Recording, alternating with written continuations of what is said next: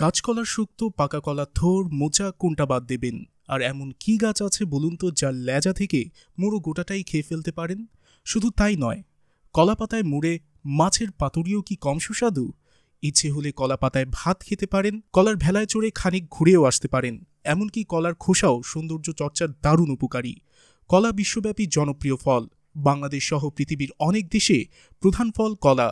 বিশ্বের ১৩৫টিরও বেশি দেশে ১০০০টিরও বেশি বিভিন্ন ধরনের কলা জন্মে। তবে বিশ্বের সবচেয়ে দামি কলা কোথায় পাওয়া যায়?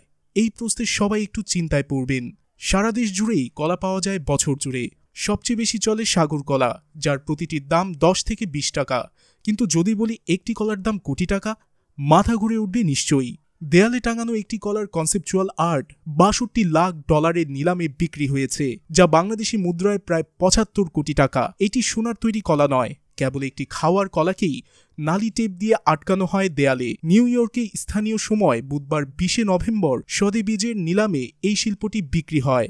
চীনা ক্রিপ্টোকারেন্সি প্ল্যাটফর্ম ট্রনের প্রতিষ্ঠাতা জাস্টিন সান এই শিল্পটি কিনে নেন।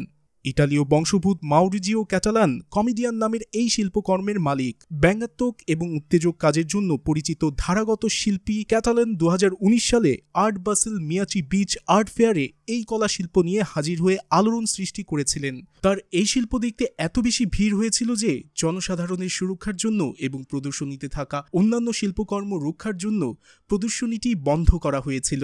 প্রদর্শনীতে ওই শিল্পকর্মের সবগুলো সংস্করণই বিক্রি হয়। দুটি সংস্করণ $১,২০,০০০ বিক্রি হয়, তৃতীয়টি আরও বেশি দামে বিক্রি হয়। পরে সেটি নিউ ইয়র্কের গুগেনহাইম মিউজিয়ামে দান করা হয়। এই শিল্পকর্মটি প্রথমবার ২০১৯ সালের ডিসেম্বর মাসে মায়ামিতে অনুষ্ঠিত আর্ট বাসেল মিয়ামি বিচে প্রদর্শিত হয়। সোথেবির তথ্য অনুযায়ী এটি শুরুতে $১.৫ মিলিয়ন বিক্রি হওয়ার কথা ছিল। জানা গেছে এই নিলামে যে কলাটি বিক্রি হয়েছে সেটি আগের দিন ম্যানহাটনের আপার ইস্ট সাইডের একটি ফলের দোকান থেকে ৩৫ সেন্টে কিনে আনা হয়েছিল। ওই দোকানটি চালাচ্ছিলেন একজন বাংলাদেশি।